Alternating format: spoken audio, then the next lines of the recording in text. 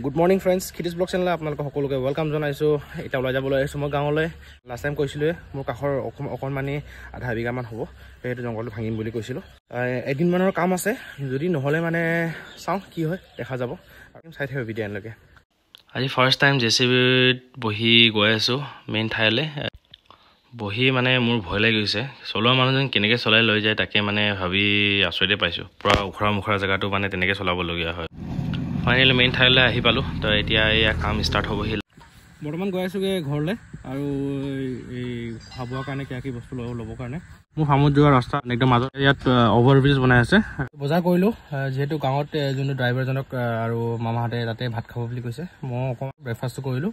তো অকণমান খাবলগীয়া হ'লে মানে যদি ভোক লাগে তেন্তে খাই দিম আৰু।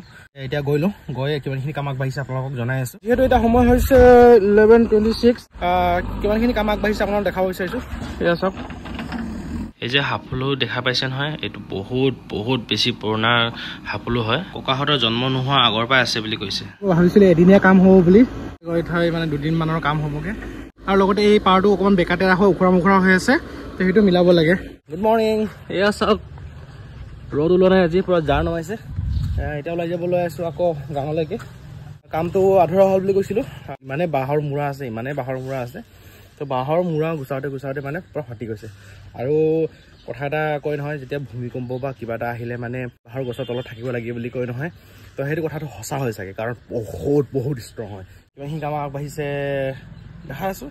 আৰু 2 দিনৰ যেনে চেষ্টা কৰিব পাৰিম, কিন্তু 3 দিনৰতো দিব নোৱাৰিম। আজিৰ ভিতৰত যেনে কমপ্লিট কৰাব লাগিব। তো এনিৱে চাই থাকিব। আহিলোঁ ফাৰ্ম হাউচলৈ। তো এয়া চাওক কিমানখিনি কাম আগবাঢ়িছে, আপোনালোকক মই দেখাই দিওঁ। যোৱাকালি দূৰৰ পৰা দেখালোঁ, আজি একদম কাষৰ পৰা দেখাইছোঁ। এইটো পূৰা প্লেন কৰিব দিছোঁ যিমানখিনি পাৰি আৰু এই পাৰ্টটো অকণমান বহাবলৈ কৈছোঁ, কাৰণ মাটিটো তেতিয়াহে অকণমান বহলকৈ ওলাব। এই মাটিটো যদি ভালকৈ ড্ৰেছিং নকৰোঁ তেতিয়া খেতি কৰিবলৈ প্ৰব্লেম হ'ব। আৰু খেতিয়কৰ জীৱন, কিবা এটা কৰিবৰ কাৰণে আগবাঢ়িছোঁ। আপোনালোকে ব্লেছিংছ দি দিব আৰু।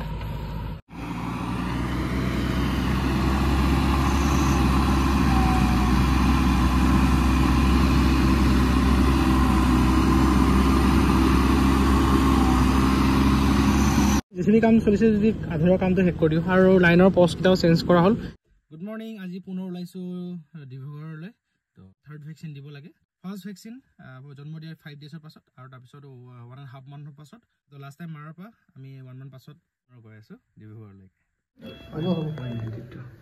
যিহেতু ভেকচিনটো দিয়া হ'ল, আপোনালোকক দেখাব নোৱাৰিলোঁ। তাৰপিছতে এতিয়া আমাৰ বেবী ঠিকে আছেনে? আমাৰ বেবী কান্দা নাইতো? অকণমান জ্বৰ হোৱা চান্সেছ আছে, সেইকাৰণে ওলাব লাগে জ্বৰটো যিমান পাৰে। চব খাবলৈ গৈছে, কিন্তু চাওঁ বেছি জ্বৰলৈ খুৱাবলগীয়া হ'ব পাৰে। অহাকালি দেহাৰ বাৰ্থডে আছে, দেহাক হেনো শ্বপিং কৰাব লাগে, ৱেবছাইট সোমাব বোলে। পাইছোঁ যদি ৱেবছাইট সোমাই লওঁ। আৰু লগতে কি ভাল হয়, বেছি নাই দেই টকা। নাই মোৰ বেছি নাই, ন। চাওক দেহাই ইমান কাল শ্বপিং কৰিলে। তো আমাৰ বেবীৰ কাৰণে কাপোৰ লৈ দিয়া হ'ল 2যোৰ, আৰু দেহাৰ কাৰণেও লোৱা হ'ল। এয়া চাওক, মোৰ কাৰণে এইটো অলিভ চাৰ্টটো ল'লোঁ। আৰু বজাৰৰ পৰা বস্তু এটা লৈ আহিছোঁ। যিহেতু মোৰ লগৰ এটাৰ দোকান এটা আছে, টুইট শ্বপ। তাৰপৰাই মানে বহুত ধুনীয়া বস্তু এটা দেখা পালোঁ। আৰু লগতে মোৰ বেটীৰ কাৰণে আজিলৈ মানে টয়ছ বোলা বস্তু লৈ পোৱা নাই। তো ফাৰ্ষ্ট এবাৰ টয়ছ হ'ব কৈ আছে মোৰ বেটীৰ কাৰণে। এয়া চাওক, চুইট লাগিছে ন? মোৰ মানে চাই মানে একদম চকুত লাগি গ'ল। যোনটো বস্তু চকুত এট্ৰেক্ট কৰে সেই বস্তু মানে পূৰা মানে হেঁপাহ হয় মানে মোৰ ল'বলৈ, সেইটো ল'ম বুলি মানে। পাক লিখা লাগিছে, পাক যে কুকুৰ থাকে নহয়, য়েছ, পাক চফ্ট টয়।